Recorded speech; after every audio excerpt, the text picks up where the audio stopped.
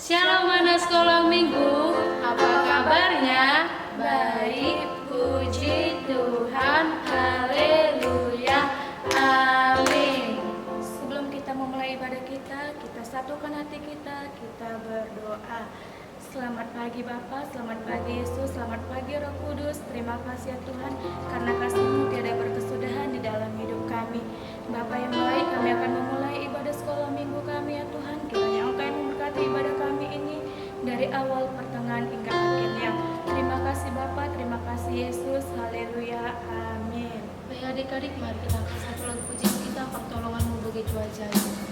Hatiku tenang berada dekat-Mu.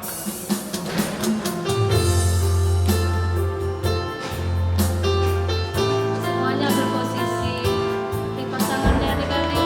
Mata kita memuji Tuhan, kita menyembah Tuhan.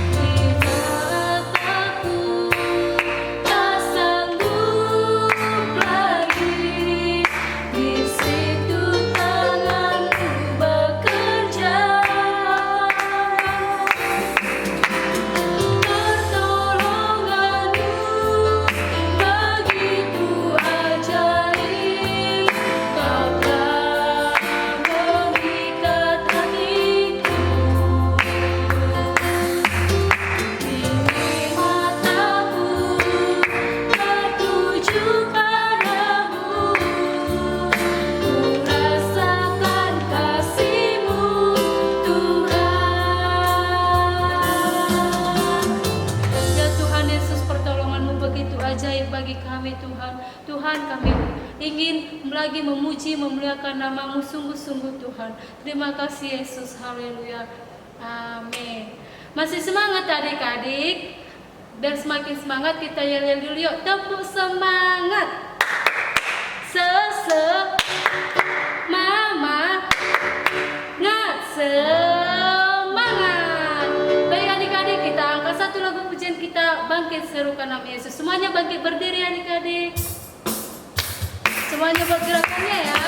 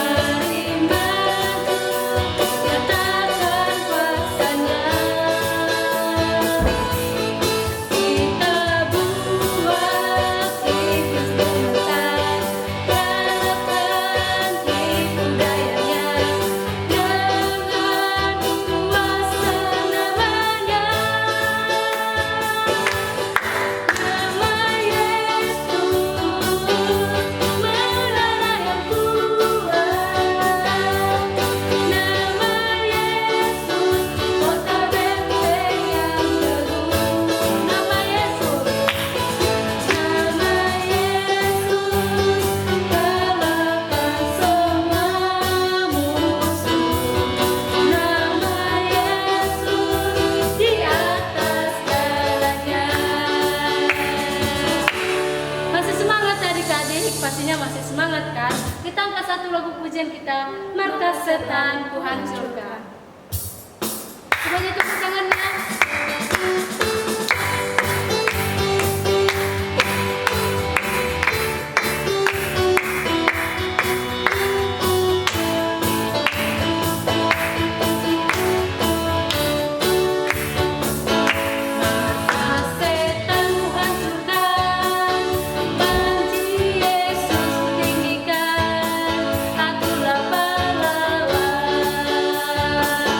Setiap hari bernyanyi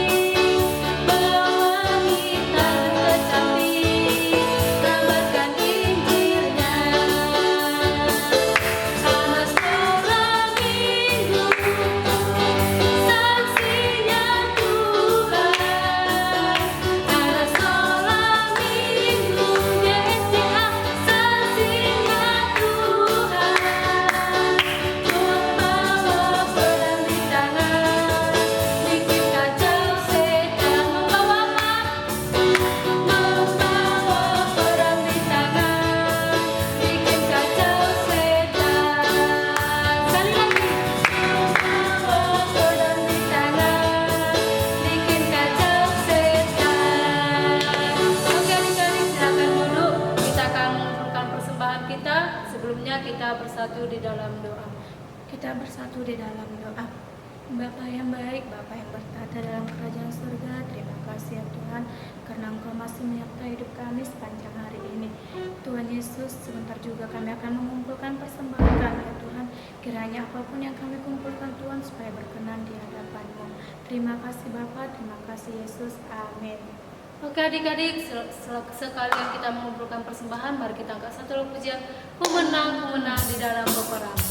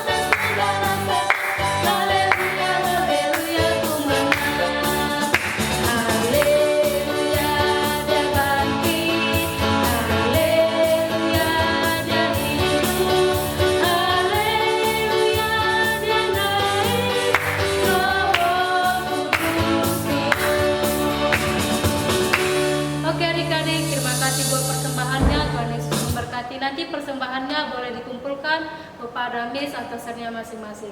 Baik adik-adik, kita akan mendengarkan sebagian firman Tuhan. Sebelumnya mari kita angkat satu penyembahan kita, Yesus sahabatku kau mati bagiku. Mari adik-adik ambil sikap kita yang bagus untuk mendengarkan firman Tuhan. Semuanya lipat tangannya, tutup matanya. Kita angkat satu lagu pujian ini dengan sungguh-sungguh dengan hati yang tulus hati.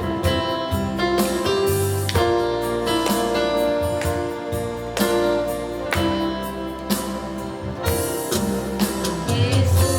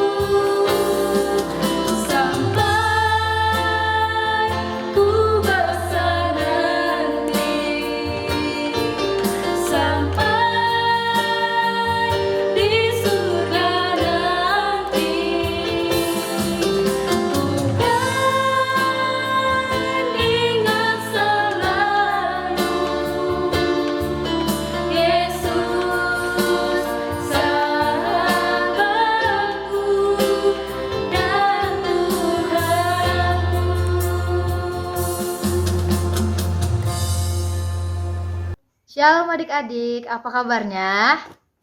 Baik, puji Tuhan, haleluya, amin. Apakah adik-adik semuanya di sini sehat? Apakah adik-adik semuanya di sini yang mengikuti acara sekolah minggu online ini dalam keadaan baik? Nah, itu semuanya tidak lepas dari kasih karunia Tuhan pada kita. Dan itu semuanya juga berkat dari Tuhan. Berkat Tuhan kepada kita bukan hanya berbentuk materi, tapi kita di saat ini yang sedang baik-baik saja untuk mengikuti acara sekolah minggu online ini dalam keadaan sehat, baik, bebas dari segala macam sakit dan virus, itu juga termasuk berkat dari Tuhan. Nah, saat ini kita akan mendengarkan firman Tuhan, namun sebelum itu kita berdoa. Semua adik-adik lipat tangan, tutup matanya, kita bersatu dalam doa. Tuhan Yesus yang baik, terima kasih atas segala berkat-Mu kepada kami sampai saat ini Tuhan. Kami sangat bersyukur karena Engkau masih memberikan kami kesehatan, masih memberikan kami nafas kehidupan Tuhan. Sampai saat ini juga Tuhan, kami berterima kasih atas segala berkat yang Engkau berikan kepada kami Tuhan. Dan biarlah Tuhan, Engkau selalu memberkati kami, Engkau selalu melindungi kami Tuhan dimanapun dan kemanapun kami berada. Sebentar kami akan mendengarkan sebagian dari cerita firman-Mu. Biarlah Tuhan, bukakanlah hati dan pikiran kami untuk bisa kami menerima berkat itu Tuhan Yesus. Dalam nama Tuhan Yesus kami berdoa dan mengucap syukur. Mari sama-sama yang percaya katakan, amin. Nah, seperti yang kakak bilang tadi, kita dalam keadaan sehat, kita dalam keadaan baik-baik saja saat ini. Itu tidak lepas dari berkat dan karunia Tuhan. Siapa yang selama mengikuti ibadah online sekolah minggu, dia selalu hadir setiap minggu? Coba angkat tangannya. Nah, mungkin kakak-kakak, miss-missnya, ser-ser, abangnya, mungkin gak bisa setiap saat memperhatikan atau mengkontrol adik-adik di rumah, tapi biarlah Tuhan yang tahu. Dan jikalau kita semakin dekat dengan Tuhan, semakin rajin untuk mendengarkan firman Tuhan, maka yang untung adalah diri kita sendiri karena kita mendapat banyak berkat dari Tuhan. Semua buka Alkitabnya dari Matius pasal 14 ayat yang ke-22 sampai 33. Matius itu perjanjian baru. Oke. Semuanya coba baca judul perikopnya. Yesus berjalan di atas air. Sama-sama kita baca pasal 22. 1, 2, 3 ya. Sesudah itu Yesus segera memerintahkan murid-muridnya naik ke perahu dan mendahuluinya ke seberang. Sementara itu ia menyuruh orang banyak pulang. Nah, jadi saat itu mereka ingin menyeberang. Lanjut kita baca. Dan setelah orang banyak itu disuruhnya pulang, Yesus naik ke atas bukit untuk berdoa seorang diri. Ketika hari sudah malam, ia sendirian di situ. Nah, berarti tadi Yesus naik ke atas bukit untuk berdoa. Ayat 24. Perahu murid-muridnya sudah beberapa mil jauhnya dari pantai dan diombang-ambingkan gelombang karena angin sakal. Nah, tadi sebelum itu dikatakan bahwa murid-muridnya setelah duluan naik ke kapal, sementara Yesus berdoa ke sebuah bukit tidak jauh dari situ. Namun katanya diceritakan di sini bahwa perahu yang dinaiki murid-murid Yesus diombang-ambingkan gelombang karena angin sakal. Siapa di sini sudah pernah naik kapal? Coba angkat tangannya. Takut enggak? Kakak aja masih takut kalau naik kapal di tengah laut. Nah, jadi di saat murid-muridnya di dalam perahu sudah mulai ke tengah laut, datanglah badai, datanglah angin dan gelombang laut yang membuat kapal menjadi terombang-ambing. Nah, lanjut ayat 25 kita baca sama-sama. Kira-kira jam 3 malam datanglah Yesus kepada mereka berjalan di atas air. Coba secara logika, apakah adik-adik di rumah bisa berjalan di atas air? Logika, pasti jawabannya tidak. Karena apa? Karena permukaan air tidak bisa menahan massa atau berat tubuh kita. Kak, tapi aku pernah lihat lalat bisa jalan di atas air. Nah, itu lain lagi ceritanya. Itu karena ada tegangan permukaan yang bisa menahan kaki dan tubuh serangga. Nah, nanti adik-adik akan belajar. Namun, jikalau secara logika, manusia sekecil apapun atau anak bayi diletakkan di atas air, dia tidak akan bisa melayang. Tidak akan bisa berjalan di atas air. Nah, tapi dikatakan di ayat 25 tadi apa? Kira-kira jam 3 malam, datanglah Yesus kepada mereka berjalan di atas air. Nah, ini adalah salah satu mukjizat Tuhan, yaitu berjalan di atas air. Lanjut, ketika murid-muridnya melihat dia berjalan di atas air, mereka terkejut dan berseru, "Itu hantu!" Lalu berteriak-teriak karena takut. Karena murid-muridnya melihat, lah, kita kan sudah di tengah laut. Siapa itu yang bisa berjalan di atas air dan datang kepada kita? Murid-muridnya terkejut. Mereka sampai mengira itu hantu. Karena tidak ada manusia yang bisa berjalan di atas air kecuali airnya beku. Lanjut, ayat 27. Tetapi segera Yesus berkata kepada mereka, "Tenanglah, aku ini, jangan takut." Coba adik-adik tahu nggak bahasa Inggrisnya jangan takut? Don't be afraid. Jangan takut. Tuhan mengatakan jangan takut. Kalau kira-kira adik-adik ketakutan, apa yang adik-adik lakukan? Adik-adik akan segera mencari pertolongan. Adik-adik akan panik. Nah, itulah yang terjadi pada murid-murid Yesus. Lanjut ayat 28. Lalu Petrus berseru menjawab dia, "Tuhan, apabila Engkau itu, suruhlah aku datang kepadamu berjalan di atas air." Di sini murid-muridnya masih tidak percaya kalau itu adalah Yesus. Lalu si Petrus tadi bilang, "Tuhan, kalau Kau memang betulan Tuhan Yesus, suruhlah panggil aku kepadamu, biar aku juga berjalan di atas air." Karena tidak percaya. Lanjut ke ayat 29.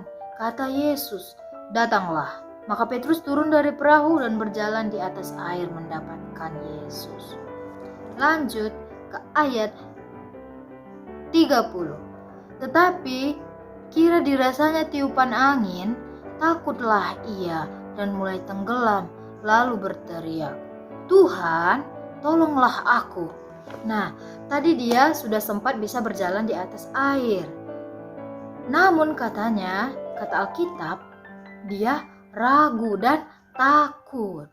Seketika imannya menciut, imannya hilang, dia tidak percaya, dia ketakutan. Nah, Alkitab pernah bilang bahwa iman sebesar biji sesawi dapat memindahkan gunung. Jadi jikalau kita memang benar-benar mengimani suatu hal, percayalah itu akan terjadi. Bukan kata kakak, tetapi kata Alkitab. Lanjut ayat 31. Segera Yesus mengulurkan tangannya, memegang dia dan berkata, "Hai orang yang kurang percaya, mengapa engkau bimbang?" Tuhan pun mempertanyakan kepercayaan si Petrus tadi. Tuhan bilang, "Ngapa kau bimbang? Kau tenggelam karena kau bimbang." Nah, ada pesan dari sini kepada kita. Jikalau kita mengimani suatu hal dan percaya, iman kita menyelamatkan kita. Secara tidak langsung, Alkitab berpesan kepada kita untuk tetap beriman. Jadilah anak-anak Tuhan yang beriman. Lanjut ayat 32. Lalu mereka naik ke perahu dan angin pun redahlah. Nah, coba kita review lagi ceritanya dari awal. Di saat tengah malam, murid-murid Yesus naik ke perahu. Lalu mereka pergi duluan dan Yesus berdoa ke sebuah bukit tidak jauh dari situ. Nah, di saat murid-murid Yesus telah jauhnya sekitar 12 mil dari pantai, datanglah badai menerpa dan kapal mereka terombang-ambing. Lalu sekitar jam 3, datanglah Yesus kepada mereka, datang untuk menolong mereka dengan berjalan di atas air. Dari situ murid-muridnya tidak percaya dan mengira bahwa itu adalah hantu. Lah, kok bisa manusia berjalan di atas air? Karena tidak percaya, Petrus menyuruh Tuhan membiarkan dia juga berjalan di atas air untuk membuktikan bahwa itu adalah Tuhan Yesus. Dan Petrus berjalan di atas air. Awalnya memang Petrus percaya dia bisa berjalan di atas air dan awalnya dia bisa.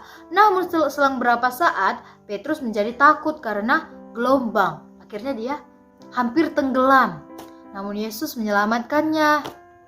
Setelah itu Yesus menolong Petrus dan mereka naik ke atas kapal. Setelah mereka naik, berhentilah angin topan. Ayat 33. Dan orang-orang yang ada di perahu menyembah dia, katanya, sungguhnya engkaulah anak Allah. Terkadang di dalam kehidupan kita, seringkali masalah datang seperti badai yang bisa mengombang-ambingkan iman dan percaya kita. Namun percaya apa adik-adik? Tuhan selalu menyertai kita. Tuhan selalu ada bersama kita. Nah, seperti ada lagu yang berkata bahwa Tuhan tak pernah janji langit selalu biru, tetapi Dia berjanji selalu menyertai kita. Namun kita sering tidak sadar.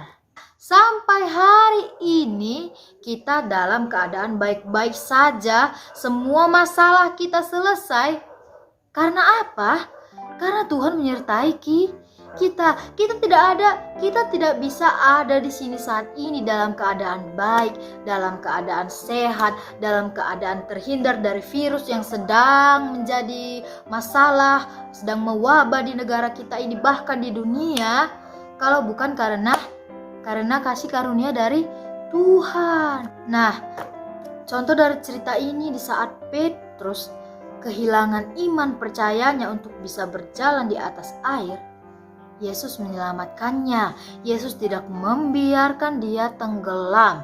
Sama seperti kita semuanya, Yesus tidak akan pernah meninggalkan kita di saat kita akan tenggelam oleh masalah. Yesus akan menyelamatkan kita.